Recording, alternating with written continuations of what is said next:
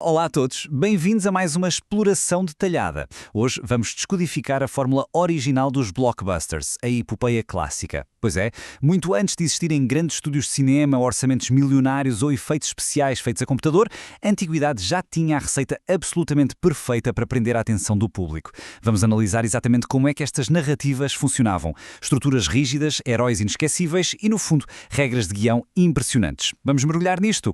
O nosso roteiro de hoje é super direto e foca-se em 5 pontos. Primeiro, o classicismo e a epopeia. Em segundo lugar, os heróis e as suas histórias célebres. Depois, a presença do maravilhoso. Em quarto, a estrutura milimetricamente calculada destas obras. E para fechar, o legado literário que tudo isto deixou. Ponto número 1. O classicismo e a epopeia. O classicismo foi, na sua essência, um movimento genial de recuperação de modelos artísticos antigos, estabelecendo a epopeia como a base de tudo. Mas o que é, na verdade, uma epopeia? Bem, é um poema narrativo que celebra as ações grandiosas de um herói. E a palavra de ordem aqui é, sem qualquer dúvida, excepcional. O protagonista nunca pode ser uma figura banal, tem de possuir qualidades absolutamente fora de série. Porque, sejamos francos, sem este alicerce monumental, não há epopeia para ninguém. Avançando para o ponto 2. Heróis e histórias célebres. Chegou a hora de conhecermos as verdadeiras estrelas destas superproduções do mundo antigo que deram origem às franchises do passado. E para termos uma noção da escala temporal, reparem nesta linha do tempo avassaladora. Lá atrás, no século 6 a.C., o poeta grego Homero dá forma a estas narrativas. Pelo meio, temos histórias de sobrevivência de tal magnitude que um herói chega a demorar 10 anos só para conseguir voltar a casa. Mais tarde, já no século I a.C., o testemunho passa da Grécia para Roma, com Virgílio a escrever a sua própria obra-prima.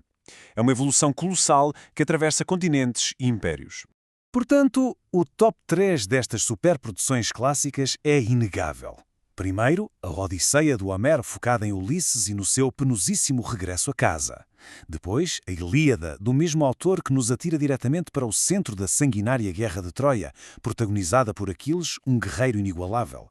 E, finalmente, a Eneida, a grande epopeia romana de Virgílio. Aqui o herói é Enéas e a sua missão tem uma gravidade diferente, chegar à Itália para fundar o berço do Império Romano. 10. São 10 longos anos. Para colocar as coisas em perspectiva, é exatamente este o tempo que Ulisses, depois de sobreviver à brutal Guerra de Troia, demora a conseguir regressar ao seu lar.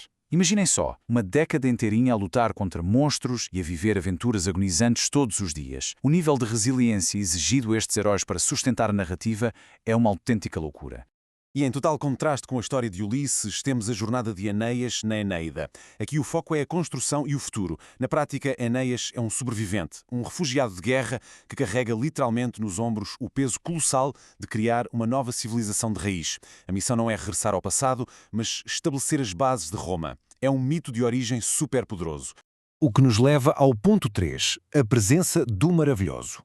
Se hoje usamos computação gráfica para criar magia, os clássicos tinham o seu próprio departamento de efeitos especiais de luxo.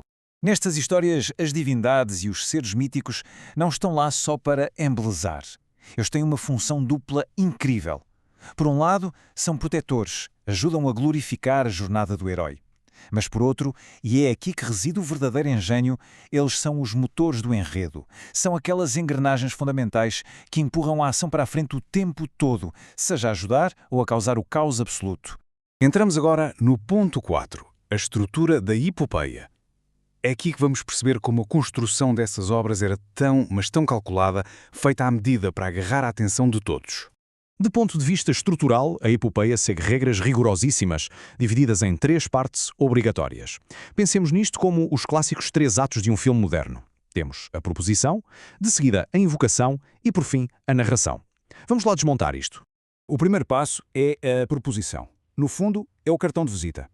É aqui que quem escreve apresenta, logo de forma muito direta e explícita, o tema central. Serve como uma âncora, um verdadeiro contrato com quem acompanha a história, a dizer: olhem, a narrativa vai ser sobre isto. Logo a seguir, vem a invocação. E este detalhe é simplesmente genial. É um apelo direto aos seres mitológicos, normalmente às musas, a pedir inspiração poética, a pedir literalmente uma ajuda aos deuses, reconhecendo que criar uma obra com esta magnitude requer um talento que vai muito além do que é apenas humano. Finalmente, a narração. É onde o coração e o epicentro de tudo residem. Claro que, sendo o prato principal, é a parte mais extensa do texto. É o palco onde todas aquelas batalhas épicas, as viagens impossíveis e as intervenções mitológicas acontecem efetivamente. Mas há aqui um truque narrativo de mestre, a técnica in medias res. Esta expressão latina significa que a história arranca numa fase que já vai muito adiantada. Ou seja, em vez de começarmos com a introdução monótona da vida do nosso herói, somos atirados diretamente para o momento mais crucial, mesmo no centro do furacão. Basicamente, a magia do in medias res é saltar toda a palha inicial e as partes lentas. Ao ignorar os começos aborrecidos, consegue-se injetar imediatamente um nível de dramatismo brutal na ação. É literalmente o truque mais antigo e eficaz para agarrar a audiência e não a deixar fugir por nada. O que nos traz ao nosso último ponto, o legado literário.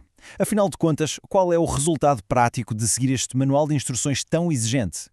Bem, esta alquimia literária produz obras com 3 qualidades que resistiram ao teste do tempo. Primeiro, a unidade, conseguida através daquele fio condutor fortíssimo sempre focado no herói. Depois, a integridade, que nasce da tal estrutura impecável em 3 partes que acabámos de dissecar. E, claro, a variedade, trazida pela imensa diversidade de aventuras monstruosas e factos narrados. É o equilíbrio perfeito destas 3 peças.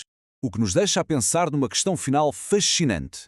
Se a epopeia clássica, há mais de 2 milénios, já usava protagonistas excepcionais, atirava o público logo para o meio da ação frenética e abusava do maravilhoso para impressionar toda a gente, não estaremos perante os exatos mesmos segredos das maiores produções cinematográficas da atualidade?